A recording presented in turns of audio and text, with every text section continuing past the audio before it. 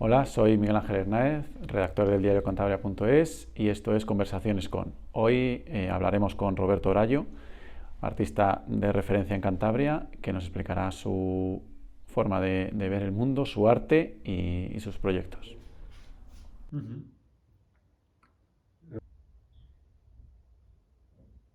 Bueno, estamos con Roberto Orallo. Buenas tardes. Muy buenas tardes, En tu casa, encantado de estar con muchísimas vosotros. gracias por acogernos aquí No, en tu hogar. yo encantado por la visita, que me parece extraordinaria, vamos, con todo cariño lo recibo. Muchísimas gracias. Bueno, quiero comenzar esta conversación con usted Bueno, pero usted, oye, contigo. muy bien. Contigo.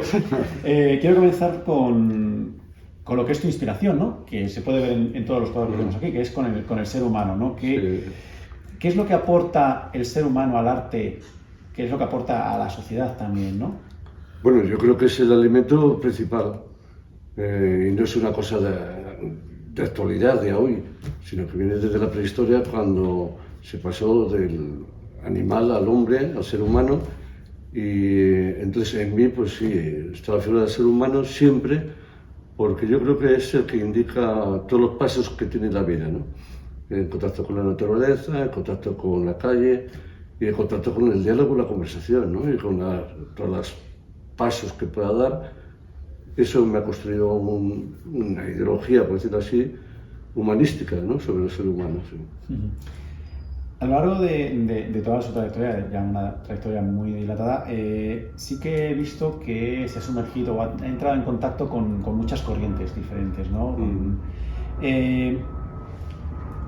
¿Cómo ha cambiado cada una de sus corrientes, su forma de ver el arte, su forma de enfocar el mundo? ¿En qué manera le han influido? Bueno, ya hemos partido de que la temática general es el ser humano, ¿no? Pero yo he vivido y he contemplado todas las corrientes que ha habido anteriormente a mí. Y yo creo que el artista pues alimenta de todo el pasado también, ¿no?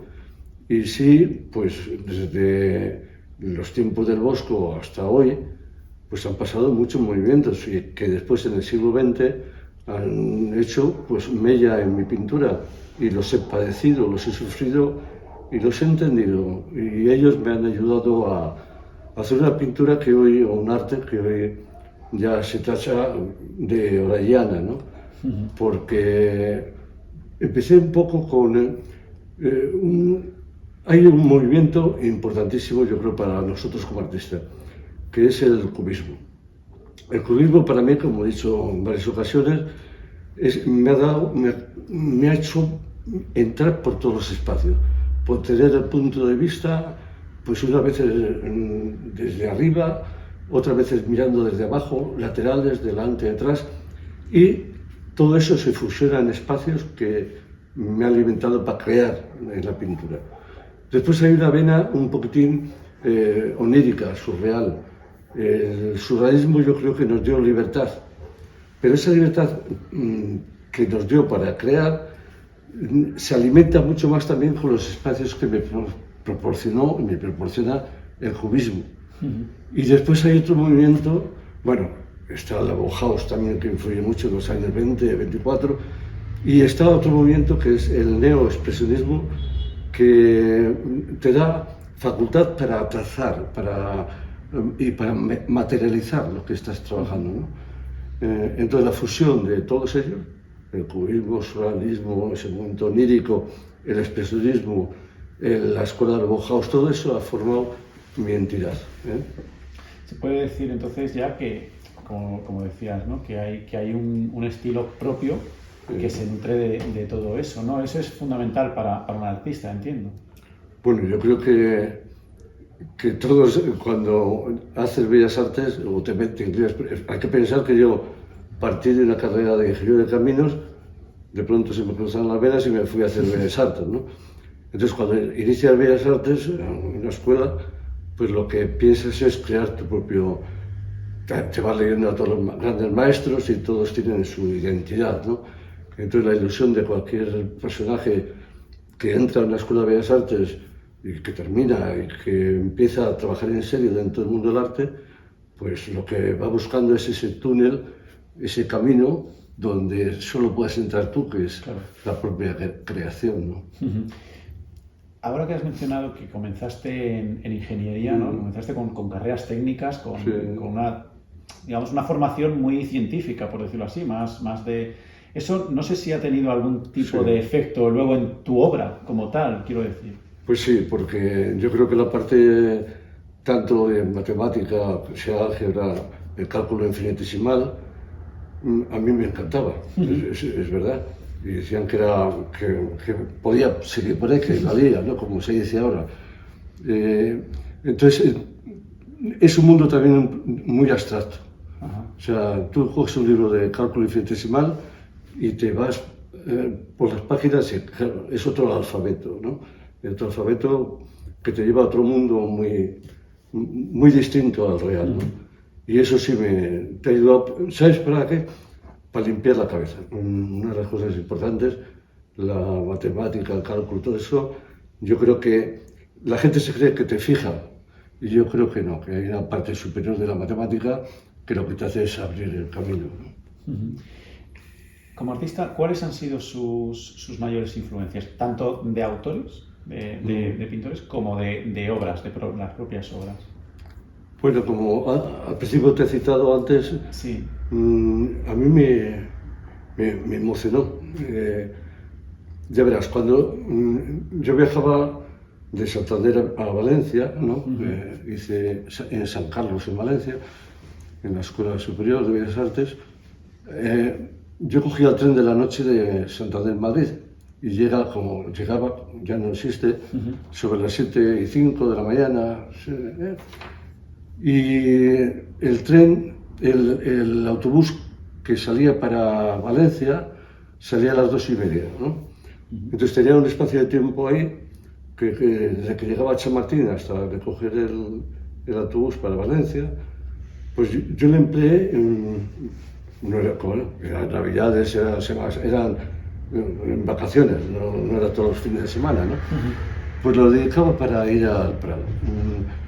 Y el Prado me lo recorrí mucho, pero un día, no sé, esas cosas que vas con una visión, ¿no?, de la pintura flamenca y tal, mira que había visto el Bosco, pero ¡pum!, me encontré de frente en soledad con el Jardín de las Delicias. El Jardín de las Delicias, que mira, como bien saben, le hice un estudio que titulado Metamorfosis por los cambios, pero porque el Bosco me impresionó. Y el mundo ese tan actual, tan vivo, que era representar el principio del mundo, ¿no? Como sabéis, que después era la vida terrena y después venía pues, el juicio de los personajes y de la situación, ¿no? Lo que llaman el infierno. Pero yo creo que lo metía en otro mundo que no era tan infierno como en el catolicismo se sabe. Bueno, era más lúdico igual, más fuerte igual, más potente, era más tangible, más real. Después, pues bueno, toda la pintura, desde Rembrandt hasta, bueno, llegamos al siglo XX, para que no... Es importante el impresionismo para mí, pero no lo utilizan. Sin embargo, en la Escuela de Valencia sí que había reminiscencias de Sorolla y toda esta gente que venía bebiendo un poco de Monet y Manet y de esta gente del impresionismo, ¿no? De hecho, yo tuve un problema gordo con el director de la escuela, con Genaro La Huerta, porque estábamos ya en tercero de carrera y era el ser humano, la figura humana como intérprete de la obra, ¿no? Y yo en aquel tiempo, porque las circunstancias que yo tenía, los rollos que yo padecía en aquel tiempo, pintaba con blanco y con negro y con rojos. Teníamos unos follones, pero importantísimos, porque su pintura, la de Genaro La Huerta, era una pintura totalmente sorollesca. Y era un hombre que vendía bien en Valencia. Tendría yo 20 años y él tendría 50 y algo, ¿no? Pero él estaba situado y no podía ver el negro en la pintura. Y tuvimos un machaque, pero tal machaque que yo no lo contaba ni a él. Me suspendió en junio. Cuando tenía beca desde el principio, sí. Tenía 35 obras que pintábamos en formato humano era de 1,80 o 2 por 1,80, grande, tamaño de formato grande, y me pone en la cartilla, o sea, en las notas, suspenso. Yo tenía mucha relación entonces con Felipe Garín, que fue director del Prado. Y claro, yo ya era mayor, yo estaba maduro, ya estaba... Y hablé con él y digo, Felipe, mira que me ha pasado esto, monté un claustro extraordinario, dejaron en blanco la nota, pero me quitaban la beca, claro, entonces me tenía que venir para Santander, claro, y dejar aquello. Y me dejaron para septiembre, y septiembre me dio notable. Muy a su dolor y a su pesar, pero fue un tiempo muy duro y de una lucha potente, con un maestro de la pintura. Sí. Te voy a por eso, que era heredero del empresarismo, ¿no? De Sorolla y toda la gente. Y después, bueno, eso no lo recogí yo, pero ya me pasé directamente al estudio de lo que hemos hablado. Tanto a Apollinaire, que yo creo que fue un personaje importantísimo en la ideología del arte, como a Braque y Picasso, que con el temperamento de Picasso parece mentira que pudiera juntar a dos personajes, uno fuerte, potente, egocéntrico como Braque, pensador, intelectual, con un Picasso que se lo comía todo. Pues lo juntó y creó ese nuevo movimiento que rompe con toda la arquitectura anterior, que era la perspectiva cónica del Renacimiento, que es importantísimo. Entonces el personaje me hicieron una ilusión.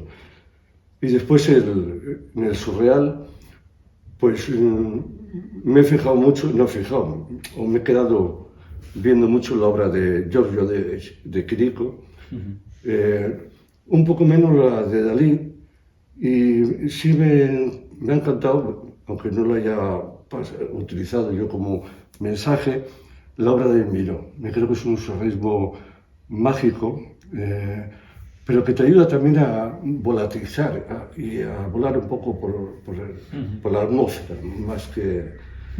Entonces, esta gente me interesaba, ¿no? Hemos hablado, vamos, nos ha contado lo de la Escuela de Valencia, su experiencia allí. ¿Qué supone para Cantabria tener una escuela de arte como la que hay en Puentes Amigos, una comunidad tan pequeña, ¿no? y que además tiene tanto que decir, ¿no? con artistas como usted? Como tú, como vez. Tú, perdón. Oye, pues ya verás. Yo llevaba ya 30 años Bueno, primero decir que yo me he llevado con la enseñanza, lo he compaginado muy bien. No he dejado de pintar, que así se lo prometí yo a mi padre en casa cuando cambié la ingeniería por las bellas artes. Yo no iba a dejar de pintar. Y lo he cumplido hasta hoy.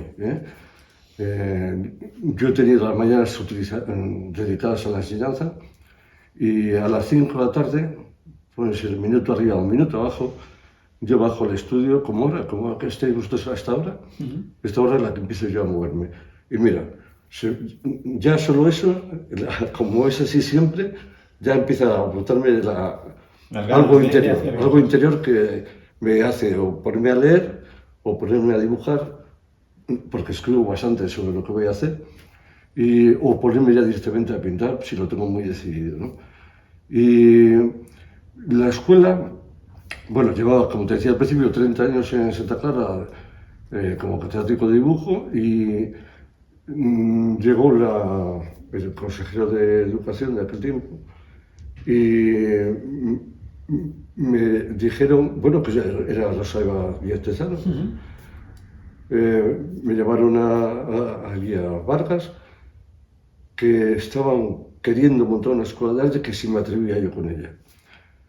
Yo ya estaba a 4 años de 5 de jubilarme, y al principio pues dije, bueno, tengo que consultarla porque sabíamos el sitio, la ubicación no iba a ser, que era en Puente San Miguel. Y bueno, tengo que consultarla con mi mujer porque también todos los días se puede... Claro. Pero no tardé a las 24 horas del día siguiente me reuní con ellos y les dije que sí, que montaba la escuela. Y lo único que dijeron es que tenía que empezar por joyería e ilustración. Y yo siempre tengo en la cabeza que Cuando lo oiga Beli, me dirá, siempre estás con lo mismo. Aparte de eso, yo quería montarlo en la escuela con talleres de escultura, de talla en madera y talla en la piedra, por una razón muy sencilla. Yo he recorrido todo el norte de Palencia y todo ahí, con gente metida mucho en el románico, y yo veo que no quedan canteros, por ejemplo. Entonces yo creía que dentro del mundo de la escultura, pues se podían dar una rama o unos procedimientos para esculpir la talla, la madera y la piedra, ¿no? Pero no había espacio para eso. Todavía la sigo reivindicando, digo, tienes que venir a la escuela. Bueno, total, se monta la escuela y fue un exitazo. O sea, hemos tenido gente a tope hasta que llega la jubilación y hoy día la van a trasladar a Torrelavega. Lo habéis leído todo, ¿no? Y la van a juntar junto con el Conservatorio de Música y con la Escuela de Danza, que me parece importantísimo, que se fusionen las artes en un edificio, ¿no? Eso es una riqueza para la gente que vaya allí, ¿no? Entonces yo creo que tiene un nivel ya reconocido a nivel nacional, sobre todo en ilustración y joyería, las dos cosas. Ahora ha habido unas exposiciones hay en Puerto Chico, en Madrazo, y ves cosas que dices, bueno, esto es de un nivel muy, muy alto. Yo lo he dejado va a hacer en julio 5 años ya, que pasa el tiempo volando, pero tengo mucha relación con ellos, tanto con Jesús García Gómez, que es el director hoy, que como digo siempre, fue alumno mío, fue compañero de Santa Clara unos años, y le escogí, porque es así, como jefe de estudios, acompañándome en la creación de la escuela. Y cuando le han nombrado director me alegré, o sea, me sustituyó inmediatamente, ¿no? Ya que hemos empezado, ya que estábamos hablando de la escuela, vamos a hablar de la exposición que vas a tener ahora en Santillana, ¿no? Si no me equivoco. Háblanos un poco de ella. Bueno, sabes que he sido invitado como ha habido ya el año de Pedro Sobrado, el año de Gloria Torner y el año de José Ramón Sánchez, ¿no? Entonces han pensado que tenían que seguir con una generación siguiente, en edad y en todo, y han pensado en mí. Me han invitado a hacer el año Horario 2023. Entonces, sabéis que es un circuito que va por los principales pueblos. Los demás son importantísimos, pero vamos, pues empiezan en Santillana del Mar el día 17 y han seleccionado, está Jesús Mazón de comisario y Beli ha sido con él los que han elegido una obra ya para colocar más o menos en todos los sitios, pero todos los locales no son iguales. Por ejemplo, Santillana es de los mejores, es en la casa del Águila de la Parra. Ya he hecho bocetos, he medido, he colocado los cuadros más o menos así, que después han colaborado con esos Jesús Mazón y Beli, y empezamos el día 17 en Santillana del Mar. Luego irá a Laredo, Torrelavega, Madrid, o sea, por los sitios así, y al final de año vendrá a Santander, a la biblioteca. Y bueno, ya que estamos hablando de proyectos así más inminentes, no sé si estás trabajando en nuevos proyectos, en nuevas obras, ¿en qué se está centrando? Sí, pues ya verás, la última va a ser una o dos obras, porque claro, la exposición esta es un poquitín retrospectiva, de los años 70 hasta hoy, lógicamente para ver un poco eso, estudiar un poco dónde he picado yo, y lo que he elaborado, ¿no? Y bueno, pues eso que está ahí, lo último es del año 22 finales, O sea que la última obra que vais a ver, o se va a ver, es de reciente, de Rayá. Entonces me ha influido mucho, ahí está, ahí viene la historia. El ser humano. ¿Por qué me preocupa el ser humano? Pues últimamente, pues a mí lo de Ucrania me afecta. No entiendo cómo en el tiempo que estamos y sabiendo lo que ha pasado en el siglo pasado, ¿no? en dos guerras que ha habido entre fratricidas totalmente, con lo que pasó aquí, igual, entre hermanos, ¿no? Yo no entiendo si hemos superado muchas cosas, cómo nuestra cabeza no ha sido capaz de cortar una cosa tan cruel como estaba pasando en Ucrania, ¿no? Me parece horrible que haya estadistas fíjate, tan poco iluminados, digo yo, para aconsejar a un personaje triste como es el putinese, para cortarle que se acabó, que ya se viene de morir y matar, ¿eh? Que no somos ratas, el ser humano. Entonces las últimas obras se las he dedicado un poco con un fondo que le he traducido en partidas de ajedrez, por ejemplo, con figuras blancas y figuras negras, con pájaros, con aves, cada ave representa una ficha, y jugando con eso, yo creo que es interesante. Me preguntabas tú, pues yo pienso que el espectador, cada uno, al haber, en cada cuadro hay 16 piezas blancas y 16 piezas negras, como tiene el ajedrez. Sí. Entonces, tú mismo, el espectador, puede elaborar. Yo creo que el ajedrez, más o menos, todo el mundo es una asignatura más, ¿no? A mí me encanta. Pues yo creo que puede hacer su jugada favorita para hacer o tablas, por lo menos, o que gane las buenas, que digo yo, ¿no? Y en eso, ahí estoy. Pero ya lo dejo. Eso. Ya después no vas a... Ya ahora estoy empezando otras cosas, ya metiéndome otra vez en el constructivismo, bueno, ya lo veréis con el tiempo. Estupendo. Bueno, y aparte de las obras, de la exposición, no sé si se ha hecho alguna retrospectiva reciente sobre tu obra, sobre tu figura, algún proyecto que esté abordando un poco toda tu trayectoria. Aparte de la exposición. Viene a punto, porque sí se ha hecho. Ha sido director Iñaki Pinedo y cámara también con el director Marcos Saldaco, que han hecho una obra, yo creo que muy interesante, que fue en noviembre, se representó en el Palacio de Festivales de la Sala Pereda, y que está recorriendo festivales por ahí. Por ejemplo, ha sido seleccionado en Maracaibo y últimamente ha sido seleccionado en el Festival de Mumbai, en la India.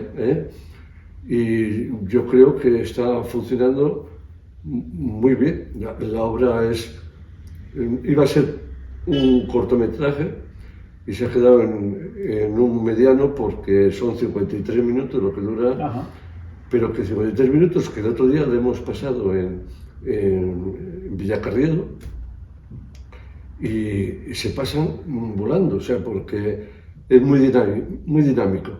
Han hecho un poquitín, pues han estado por los murales, hemos estado en la primera playa con la torre, pasando por la playa, tomando vistas, hemos estado en Villacarriedo, hemos estado en Santoña, y está rodado todo en directo y con las preguntas como tú me estás haciendo ahora. Y yo creo que es muy ágil. Marcos Saldaco se ha volcado con lo que es la cámara, la fotografía, y el director con el guión de Iñaki Pinedo, yo creo que es muy interesante. Creo que el mes que viene se va a proyectar en el CSIC de Cantabria. En la fundación... No sé el día, pero sobre el 13 de abril o por ahí. Ya os avisaré cuándo es. Sí, pues sí, porque además tiene que ser súper interesante acompañarte a ti, ¿no? Viendo las obras, hablando sobre las obras. Muy bien, pero de la misma forma que estás tú preguntándome, era sobre lo que pasa que es más sobre la marcha, in situ, ¿no? O sea, estando en la Torre del Rey. Ahí en la propia... Pero muy bien, yo encantado. Aparte me parecéis una gente muy necesaria para el artista, ¿no? La cámara y el guionista, todo eso acompaña... acompañando al artista y su obra, claro. Claro. Sí quería preguntarte un poco por tu visión, ahora que estábamos hablando precisamente de la guerra, ¿no? Por tu visión de la actualidad. en un mundo en el que, bueno, está pasando lo que está pasando a nivel internacional con las redes sociales, que todo tiene que ser tan inmediato siempre, que apenas casi no tenemos tiempo ni de pararnos un segundo a reflexionar, ¿no? ¿Qué papel tiene que ocupar el arte en una situación como la que estamos ahora mismo? Pues yo tengo mucha preocupación, ¿no? En las escuelas de arte ya no se trabaja casi ni con pinceles, ni te fabrican las pinturas como teníamos que hacer nosotros en la escuela, ¿no? Con pigmento, con aceites y tal. Ya eso desaparece. Ya, yo creo que el artista va por otras, claro, el ordenador, la imagen, el mundo de la imagen. Las nuevas tecnologías, ¿no? Nuevas tecnologías. Pero a mí me da un poquitín de tristeza, porque yo creo que es algo que viene desde la prehistoria, porque ahí hacían también sus pinturas para hacer los bisontes y todo eso en las cuevas, pues hasta hoy digo estos días, ¿no? Y que de pronto se abandone un poco la forma de pintar, porque se ve que se va dejando, que todas las exposiciones de los jóvenes, o es fotografía, o son vídeos, pero todo con las nuevas tecnologías, ¿no? Y yo les digo a los jóvenes, bueno, yo lo veo por mi hija, que también ha hecho varias artes y ella está metida todo el día con el mundo de la imagen, el ordenador, claro, pues normal, ¿no? No vas a decir que no. Pero yo les aconsejo que el que continúe 1 o 2 o 10 con las técnicas antiguas, yo creo que va a vivir de maravilla. Porque hay un misterio. No es lo mismo fabricar tú los materiales, o tocarlos, o manosearlos, o sea escultura, o sea pintura, o sea un lápiz y un papel. Eso tiene vida ya. O sea, y esas cosas no se puede, no las transmite el ordenador. Yo dejé cosas nuevas, por ejemplo, el aerógrafo. El aerógrafo llegó a ser la modernidad más grande en los años 70, 60. Joder, es que te fabricabas cuadros como churros. ¿Sabes? Cogías plantillas, llenabas de tintas, hasta que un día cogí el aerógrafo y hice una salvajada, porque eran carísimos. Sí. Yo recuerdo que me había costado 40.000 pesetas un aerógrafo. De entonces, O sea, era un instrumento, era muy bueno, eso es la verdad. Pero cogí un día de locura y le partí por la mitad y le tiré a la basura. Porque no, me estaba perdiendo yo la fabricación de las cosas, ¿no? El tocar las cosas con una cosa de material y que apretabas y ya estaba, ¿no? Total, que yo digo que yo animo a que aparte de trabajar con los nuevos instrumentos que han salido, ¿no? La tablet y tal, que también no se olvide nunca del pincel. Claro, que las nuevas tecnologías no sustituyan, ¿no? Sino que solamente aporten algo, herramientas, ¿no? Que no sustituyan a lo tradicional. Sí, o que se apoyen en una cosa y que sigan disfrutando de la otra, que yo creo que es importante, ¿no? Bueno, vamos a ir terminando ya la entrevista, pero sí quería preguntarte, porque tu obra es muy amplia, tienes cuadros, tienes dibujos, tienes bocetos, tienes también murales que están en diferentes edificios, ¿no? ¿Qué representa para un artista esa sensación de que tu arte comparte el día a día con la gente, ¿no? Quiero decir, por ejemplo, la gente que va a Valdecilla, la gente que va a un edificio y hay un mural tuyo, claro, esa gente no es lo mismo que ir específicamente a un museo o a una sala de exposiciones, ¿no? A ver una obra, ¿no? ¿Qué representa eso? Bueno, hay que partir primero. Mentalmente es una cosa muy distinta, ¿no? Claro. La pintura de taller es muy distinta a la pintura de la calle. A mí me encantaba. O sea, cuando hice el primer mural, por ejemplo, a nivel grande el primero fue el antiguo Rin, hoy Maremondo, que yo nunca me había subido al andamio, por ejemplo, ¿no? Y tú sabes, tengo que estar como 3 o 4 días subiendo y bajando porque, claro, yo cuando pinto, si ves, tengo un espacio ahí, me aparto mucho y vuelvo, ¿no? O sea, estoy Sí, para verlo en... Sí, y porque aparte te transmite energía. Un poco, o sea, no soy de los que cuando dibujo, pues sí, pero cuando pinto ya me muevo bastante para adelante y para atrás, ¿no? Y los andames de antes eran terribles, porque hoy son una maravilla. Entonces subes un andamio y estás como en tu casa. Pero esto eran las barandas, las dos, que una te llegaba por un poco más arriba de la cintura, sí, y te podías llevar una tela verde que se transparentaba, bueno, que era una red verde, ¿no? Pero si no estás acostumbrado a andarte a 30 metros, te podían meter un leñazo que no. Y me tuve que acostumbrar y a pensar bien cómo subir por el interior, y cuando ya estuve un poquitín pues en tono con la situación, fue cuando empecé a pintar. Entonces, de verdad, el mural, tú tienes la idea, está claro. No es lo mismo, como te digo, que pintas aquí, te vas para adelante y para atrás. Le tienes justamente enfrente, sobre todo cuando es una superficie como era la del Maremondo hoy. Y él te tiene que hablar. O sea, tú la idea la tienes, ¿no? Pero él te está pidiendo, pues ahora ven para acá, baja aquí abajo, súbete y te mueves por el espacio, ¿sabes? Pero te va dirigiendo él, o sea, eres dependiente. Y si el mural no te habla, ya te puedes ir para casa. O sea, yo lo que hacía era, después de la tarde, me bajaba a los bajos del casino y me sentaba allí, en la italiana que era entonces, me sentaba para ver un poquitín cómo iba la función. Entonces, él ya me había dicho que estaba bien, o sea, me había hablado ya primero que yo lo viera desde abajo, ¿sabes? Sí. Y hay que tener un diálogo, pero a mí la obra mural, la pena es eso, que no sale todos los días, pero sí, he hecho el mural, el homenaje a Pilín en Santoña, está lo del mural de Valdecilla, está el del Palacio de Soñanes, que para mí fue un trabajo también buenísimo, ¿no? O sea, que tengo obra por ahí murales parecida, pero me hubiese gustado haber hecho más encargos para disfrutarlo, porque es un goce. Es un diálogo distinto con el soporte de lienzo, ¿no? Son soportes. Ahora que hablábamos de las obras de mural, no sé si tienes alguna obra de la que te sientas especialmente orgulloso. A ver, yo sé que esto igual a un artista pues es una pregunta un poco... Pero no sé si hay alguna obra que realmente digas o que para ti haya significado algo diferente, algo especial.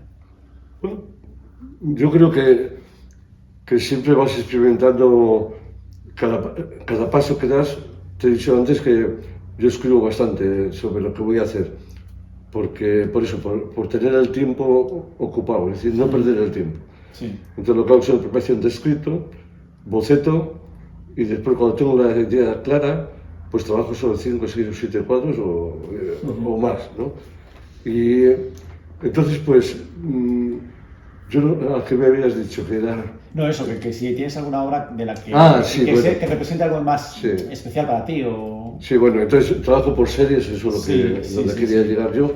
Trabajo por series y yo creo que la que más se ha acercado a mí en el tiempo es la obra que está hoy en el Instituto Santa Clara, la de Metamorfosis, que era, como hablábamos antes, era un poco recoger la esencia del bosco y hacerla una metamorfosis actual con mi pintura y lo que para mí significaba, ¿no?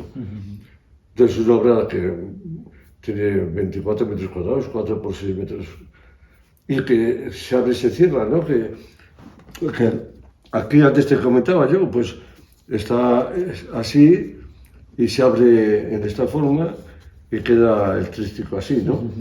Y se cierra otra vez. Ahora, el otro día, hace un mes así pasado, y estaba cerrada y da gusto abrirla, ¿no? Porque, claro, la descubres de nuevo, claro. Entonces, es una obra, ya que me preguntabas eso, yo creo que es de las que más... Esa y la de Palacio Soñanes, me encanta. Y bueno, y la del Maremondo hoy, que si me oye Jesús o me lo ve, Jesús Martínez, si no lo nombro, me da algo. Pues sí, hay obras que te quedan.